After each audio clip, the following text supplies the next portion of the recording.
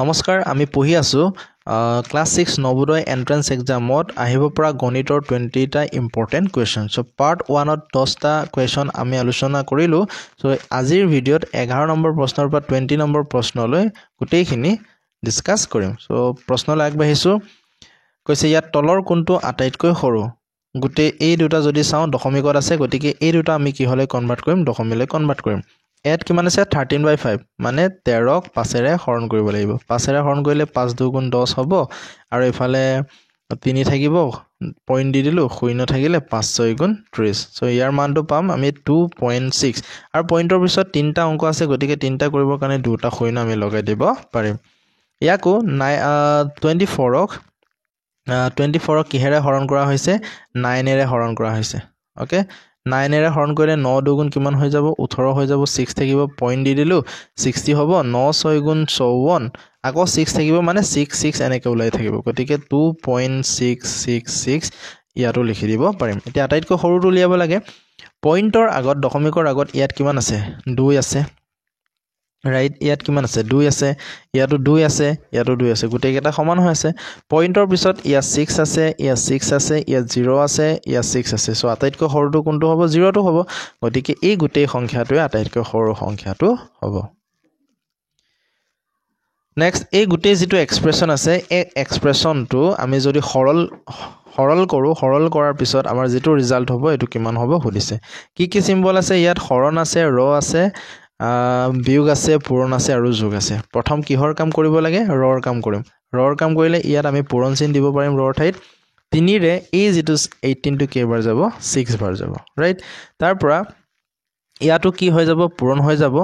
2 1 গুণ 2 একে 3 ওপৰত 3 আছে তলত 2 আছে 2 ৰে এই 8 টো কেইবাৰ যাব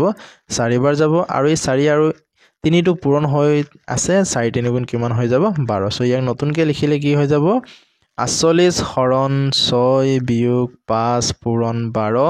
ইমানকে লিখি থাকিব নালাগে বাৰু মই বুজাইছো কাৰণে লিখিছো সো প্লাস 12 হৈ যাব ৰাইট হৰণ হৈ আছে হৰণ কৰিলে কিমান বাৰ যাব 8 বাৰ যাব এফালে হৰণ হৈ আছে হৰণ কৰিলে কেইবাৰ যাব 4 বাৰ যাব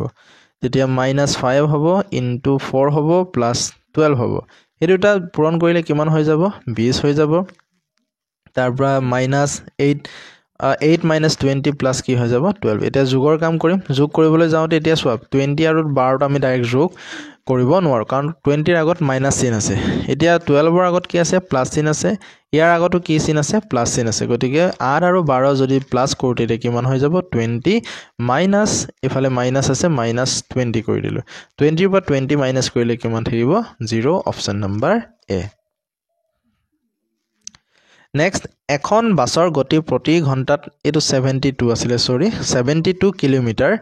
5 সেকেন্ডত কিমান দূৰত্ব অতিক্ৰম কৰিব মানে বাছটোৰ স্পিডটো দিয়া আছে 72 কিলোমিটাৰ প্ৰতি ঘণ্টাক পাৰ আৱাৰ বুলি কোৱা হয় তাৰ পৰা সময়টো টি টো কি দিয়া আছে 5 সেকেন্ড দিয়া আছে তাৰ পৰা কিমান দূৰত্ব অতিক্ৰম কৰিব মানে ডিসটেন্স উলিয়াব কৈছে আৰু ডিসটেন্স উলিয়াৰ আমাৰ যেটো সূত্ৰ আছিল স্পিড ইনটু টাইম এটা স্পিডও দিয়া আছে টাইমও দিয়া আছে দুইটা পূৰণ কৰিলে আমাৰ উত্তৰটো ওলাই যাব কিন্তু সোৱা অপচনত আমাৰ এককটো কি আছে মিটাৰ আছে গতিকে এই কিলোমিটাৰক আমি মিটাৰলৈ কনভাৰ্ট কৰিম মানে মিটাৰ পাৰ সেকেন্ডলৈ কনভাৰ্ট কৰিম সো মিটাৰ পাৰ সেকেন্ডলৈ কিলোমিটাৰ পাৰ আৱাৰক কনভাৰ্ট কৰিলে কি পূৰণ কৰিব লাগে ইয়া 72 আছে 72 ৰ লগত আমি 5/18 পূৰণ কৰিলে হৈ গল সো 18 ৰে এই 72 টো কেইবাৰ যাব 4 বাৰ যাব আৰু 4 আৰু 5 পূৰণ হৈ আছে সো 20 মিটাৰ পাৰ সেকেন্ড হ'ব এটা স্পিডটো আমি কিমান পালো 20 টাইমটো কিমান পালো 5 দুইটা পূৰণ কৰিলে কি হৈ যাব 100 metre option number D right 416.001 into 4.029 or আসন্ন মান মানে এপ্ৰক্সিমেট বুলি কোৱা এপ্ৰক্সিমেট ওকে এপ্ৰক্সিমেট বা নিয়াৰেষ্ট নিকটৱৰ্তী ওচৰৰ এনেকৈ ক'ব পাৰো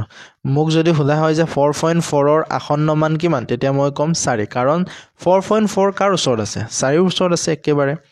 2.9 ৰ আসন্ন মান এপ্ৰক্সিমেট ভ্যালু বা নিকটৱৰ্তী মান উলিওৱা তেতিয়া কি কম 2.9 টো একেবাৰে 3 ৰ ওচৰত আছে গতিকে ইয়াৰ আসন্ন মান কি হৈ যাব 3 এতিয়া ইহত দুটাৰ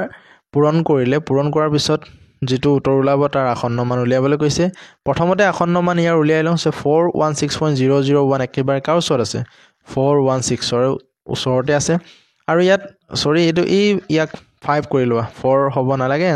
কোৱেশ্চনটো কি হ'ব 5 হ'ব সো পূৰণ কৰি 5.029 ওকে কোৱেশ্চনটো ইয়াত 5 আছিল মানে 5.029 5 ৰ ওচৰত আছে গতিকে 5 এ লিখি দিলো 16 আৰু 5 পূৰণ কৰিলে কিমান হ'ব 80 হ'ব 5 4 গুণ কিমান হ'ব 20 অপচন নম্বৰ সি নেক্সট আছে সৰল কৰা ইয়াতো কি কৰিব লাগিব বটমাছ নিয়ম আমি এপ্লাই কৰিব লাগিব আৰু বটমাছ নিয়ম অনুসৰি প্ৰথমতে ব্ৰেকেটৰ কাম কৰিব লাগে ব্ৰেকেটৰ আমি একেবাৰে সৰু ব্ৰেকেটৰ কাম কৰিব লাগে দুটা ব্ৰেকেট ইয়াত সৰু ব্ৰেকেট আছে সো ইয়াত প্ৰথমটোত কি আছে যোগ আছে ভগ্নাংশ যোগ আছে আৰু ভগ্নাংশৰ যোগ কৰিবলৈ যাওঁতে আমি কি কৰো হৰ দুটা চাওঁ হৰ দুটা যদি একে নহয় আমি একে কৰিব লাগিব একে কৰিবৰ কাৰণে আমি কি কৰো লহাগু লওঁ সো 8 আৰু 4 ৰ লহাগু কিমান হ'ব মই কৈছো 8 কিয় 8 হ'ব কাৰণ 4 ৰে 8 টো হৰণ যায় যদি হৰণ যায় ডাঙৰটোকে আমি লহাগু বুলি ক'ব পাৰিম মানে তলত এতিয়া 8 হ'ব লাগে সো ইয়াৰ লগত আমি কি পূৰণ কৰিব লাগিব 2 পূৰণ কৰিব লাগিব ওপৰটো কি পূৰণ কৰিব লাগিব 2 তেতিয়া ইয়াৰ লগত কি পূৰণ কৰিব লাগিব 1 8 কৰিবৰ কাৰণে ওপৰটো তেতিয়া কি হ'ব 1 তেতিয়া 3 1 গুণ কিমান হ'ব 3 1 2 গুণ কিমান হ'ব 2 আৰু কি হৈ আছে যোগ আছে 3 আৰু 2 যোগ কৰিলে কিমান হ'ব 5 ৰ লিখিলো ঠিক আছে তাৰ পৰা ইয়াক অকমান ভাঙি লওঁ 3 10 গুণ কিমান 30 30 একে 31 31 বাই কিমান হয় 3 - 2 বাই 9 হ'ব মানে এই ব্ৰেকেটৰ কামখিনি আমি কৰি ল'ব লাগিব ঠিক একেদৰে প্ৰথমটো যেনেকৈ কৰিছিলো ইয়াৰ লহাগু কিমান হ'ব 9 হ'ব তেতিয়া ইয়াৰ লগত কিমান পূৰণ কৰিব লাগিব 3 ইয়াৰ লগতে কিমান পূৰণ কৰিব লাগিব 3 ইয়াৰ লগত কিমান পূৰণ কৰিব লাগিব 1 ইয়াৰ লগতো 1 তেতিয়া 3 আৰু এই যেটো 31 টো পূৰণ কৰিলে কিমান হ'ব 91 কিমান হ'ব 91 সৰি 91 নহয় 93 হ'ব আৰু 2 1 গুণ কিমান হ'ব 2 আৰু দুইটা বিয়োগ হৈ আছে বিয়োগ কৰিলে কিমান পাম 91/9 পাম গতিকে ইয়াক আমি এনেকৈ লিখিব পাৰো 91/9 আৰু ইয়াত এইটো আছে হৰণ আৰু ইফালে লিখিম 5/18 এটা ৰ আছে আৰু মাজু বন্ধনী আছে কাৰ কাম কৰিম মাজু বন্ধনীৰ কাম কৰিম আৰু মাজু বন্ধনীত কি আছে ইয়াত হৰণ আছে ইয়াক আমি কি কৰিম পূৰণ কৰিম গতিকে ইয়াক আমি ডাইৰেক্ট এনেকৈ লিখিব পাৰিম চোৱা ইয়াক পূৰণ চিন দিলে হৰণ চিনৰ ঠাইত পূৰণ চিন দি দিম তেতিয়া আমাৰ এই যেটো ভগ্নাংশটো উলটা হৈ যাব 18 টো ওপৰত যাব আৰু 5 টো তললৈ নামি আহিব 9 ৰে এই যেটো 18 টো কেইবাৰ হৰণ যাব 2 বাৰ হৰণ যাব ওপৰত থাকিলে 2 তলত থাকিলে 5 আৰু ওপৰতে 91 টো কি হৈছে পূৰণ হৈছে সো 2 আৰু 91 পূৰণ কৰিলে কিমান হ'ব 2 1 গুণ 2 2 9 গুণ 18 182/5 সো আলটিমেটলি পালো ইয়াত আছে 5/8 ৰৰ ঠাইত আমি লিখিব পাৰিম পূৰণ আৰু 182 ডিভাইড বাই 5 5 আৰু 5 কটাকটি গল তলে ওপৰে আছে 182/8 অপচনত আছে নে নাই ইয়া অকমান ভাঙি দিও ভাঙি দিলে দুইটাই 2 এৰে হৰণ যায় 2 4 গুণ 8 এফালে 2 9 গুণ 18 2 1 গুণ 2 91/4 এতিয়া কি কৰা হৈছে ইয়াত 91 ক 4 ৰে হৰণ কৰিছে 91 ক মই যদি 4 ৰে হৰণ কৰি দিও 4 2 গুণ 8 হ'ব 11 হ'ব 4 2 গুণ 8 থাকিলে কিমান 3 এতিয়া যিহেৰে হৰণ কৰিছিলো তাক আমি তল লিখিম 4 ৰে হৰণ কৰিছিলো আৰু কিমান পালো 22 টো ইয়াত লিখিম আৰু হেকত কিমান থাকিলে ভাগ হেকটো 3 থাকিলে সো 22 + 3/4 অপচন নম্বৰ সি 22 + 3/4 এৰ আই বিৰ আয়তকৈ 50% কম সো কাৰ লগত তুলনা কৰিছে বিৰ লগত তুলনা কৰিছে যাৰ লগত তুলনা কৰা হয় তাৰ মানটো ধৰিব লাগে সো বি কিমান হ'ব ধৰা 100 টকা আৰু 100 টকা যে আমি ধৰি ললো 100 ৰ খলনি আমি 200 ও ধৰিব পাৰো 500 ও ধৰিব পাৰো যি কোনো সংখ্যা ধৰিব পাৰো কিন্তু 100 ধৰিলে ক্যালকুলেশনটো কি হয় ইজি হয় কটাকটি কৰিবলৈ ভাল হয় সেইকাৰণে ধৰিলো তেতিয়া এৰ মানটো কিমান হৈ যাব এৰ মানটো 50 কিয় হ'ব কাৰণ এ যদি 100 হয় এতিয়া 100 তকৈ 50% কম 50% কম মানে আধা কম 100 ৰ আধা কি হয় 50 হয় আৰু 100 ৰ পৰা 50 বিয়োগ কৰিলে কিমান থাকিব 50 এ থাকিব এৰ মানটো কিমান পালো 50 পালো এটা কৈছে তেতিয়া বিৰ আই এৰ আয়তকৈ এতিয়া এৰ লগত তুলনা কৰিছে প্ৰথম কাৰ লগত তুলনা কৰিছিলে এক বিৰ লগত তুলনা কৰিছে এতিয়া বিক এৰ লগত তুলনা কৰিছে ৰাইট এতিয়া বিৰ কিমান বেছি এটো সুধিছে কিমান বেছি 50 টকা বেছি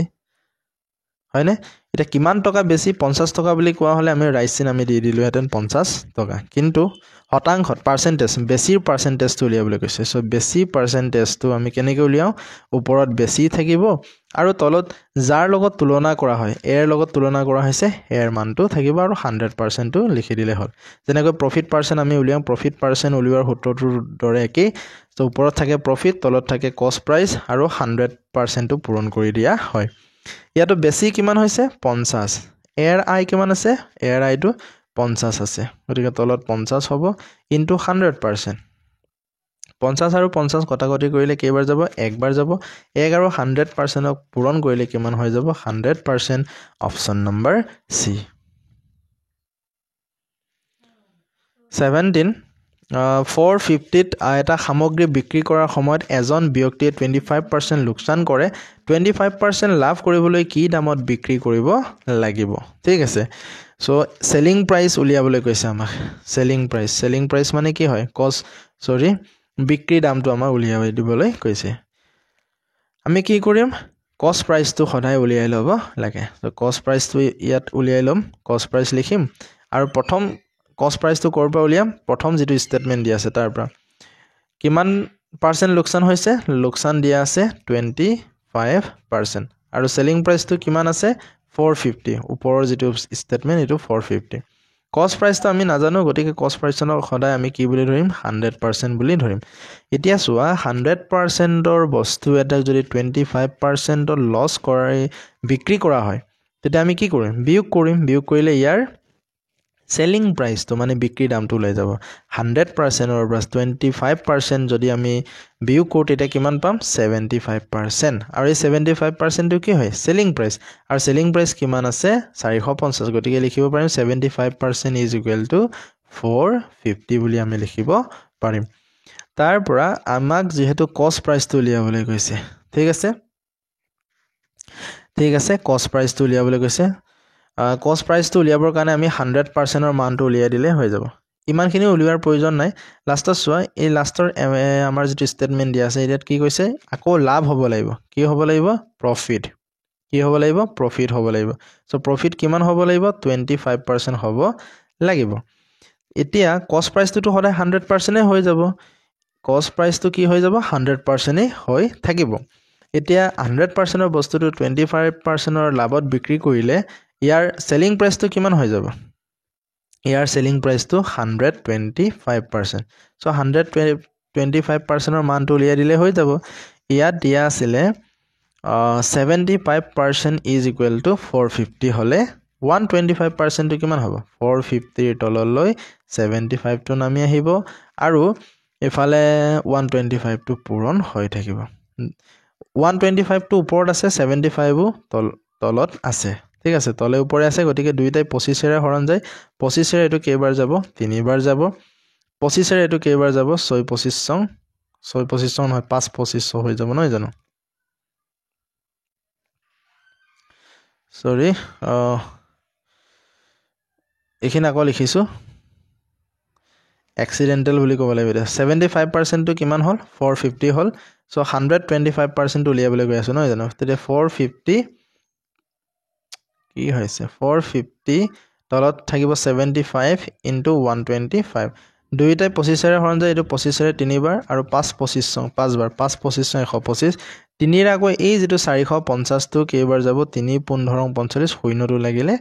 150 পূৰণ 5 হৈছে 5 15 কিমান হয় 75 750 option number B next 14 metre কাপোৰৰ দাম 1890 তেন্তে 6 মিটাৰ কাপোৰৰ দাম কিমান 6 মিটাৰ কাপোৰৰ দাম উলিয়াবলৈ হলে 1890 তললৈ 14 টো নমাই আনা ইনটু 6 টো কৰি দিলে হৈ গল দুইটাই তলে উপৰে 2 এৰে হৰণ যায় 2 7 গুণ 14 আৰু ইটো কেইবাৰ যাব 2 9 গুণ 18 9 আছে 9 টো 2 এৰে 2 4 গুণ 8 1 থাকিলে এই 1 টো শূন্যৰ ওচৰলৈ আহিলে 10 হ'ব 9 5 গুণ 2 5 গুণ 10 সো ওপৰত থাকিলে 945 আৰু তলত থাকিলে 7 into 6 আছে ঠিক আছে ওপৰতে 6 টো আছে এটো মন ৰাখিবা সো এই 7 এৰে এই 945 টাকো হৰণ কৰিলে 7 1 গুণ 7 2 থাকিব 24 হ'ব 7 3 গুণ 21 মানে 24 পৰা 21 গলে কিমান থাকিব 3 থাকিব 3 2 5 ৰ লগত 35 মিলিব 35 হ'ব মানে এতিয়া 35 টো 7 ৰে কেইবাৰ যাব 7 5 গুণ 35 এতিয়া আমি কি পালো 135 ইনটু 5 কত 5 নহয় 135 আৰু এই 6 টো পূৰণ হৈ আছে 6 টো পূৰণ কৰিলে কিমান হৈ যাব 6 5 গুণ 30 ৰ হৈ ন 3 উকলিব 6 3 গুণ 18 18 3 21 ৰ 1 2 উকলিব 6 গুণ 6 6 2 8 810 অপচন নম্বৰ এ কিমান সময়ত 10000 ৰ মূলধনে মানে মূলধন কিমান দি আছে 10000 বছৰি 6% সুতৰ হাৰত 450 সৰল সুদ হ'ব সো ইয়াত কি আছে মূলধন দিয়া আছে 10000 R টো দিয়া আছে 6% T টো আমাক উলিয়াবলৈ কৈছে T টো বছৰতে উলাব তাৰ পৰা SI টো দিয়া আছে মানে সৰল সুদটো ইয়াত কিমান দিয়া আছে 450 এনে ধৰণৰ প্ৰশ্ন সলভ কৰিবলৈ আমি কি উলিয়াব লাগে SI পাৰ্সেন্টেজ টো উলিয়াব লাগে সো SI পাৰ্সেন্টেজ আমি কি উলিয়াও R আৰু T পূৰণ কৰো R কিমান আছে 6 T কিমান আছে T একো নাই প্ৰশ্নবোধক হৈ আছে গতিকে T বুলিয়ে ধৰি লৈছো তেতিয়া কিমান হৈ যাব 60 আৰু পাৰ্সেন্টেজ টো ইয়াৰ আছে পাৰ্সেন্টেজ টো লাগি যাব সো 60% টো কি হয় SI হয় আৰু SI কিমান আছে 450 60% টো কাৰ সমান হ'ব 450 ৰ সমান হ'ব আৰু এই 60% টো কাৰ ওপৰত উলিয়াও হদে আমি মূলধনৰ পৰা উলিয়াও সো লিখিব পাৰিম 10000 ৰ ৰৰ ঠাইত আমি পূৰণ চিন দি দিম 60% ক আমি লিখা হয় 60 / 100 = 450 তলৰ দুটা শূন্য ওপৰ দুটা শূন্য কটাকটি যাব সমান চিনৰ হিফালে 0 এটা আছে এফালো 0 এটা আছে কটাকটি যাব সো আলটিমেটলি থাকিলে 10 আৰু 60 পূৰণ হৈ আছে 60 t = 45 t ৰ মান লাগে t ৰ মান লিখি দিম 45 / 60 দুইটাই 5 ৰে হৰণ যায় 5 9 45 5 12 60 কিমান পালো 9/12 বছৰ ইয়াত আছে নে নাই গতিকে ইয়াক আমি কি হলে কনভাৰ্ট কৰিব লাগিব মাহলৈ কনভাৰ্ট কৰিব লাগিব কেনেকৈ কৰিম আমি কি জানো এক বছৰত 12 মাহ এক বছৰত কিমান মাহ 12 মাহ ইনটু চেঞ্জ কৰিছো এক বছৰত 12 মাহ সো 9/12 বছৰত 9/12 বছৰত কিমান মাহ হ'ব এই 12 ৰ লগত 9/12 টো আমি পূৰণ কৰি দিম তেতিয়া 12 আৰু 12 কটাকটি গলে কিমান হ'ব 9 থাকিব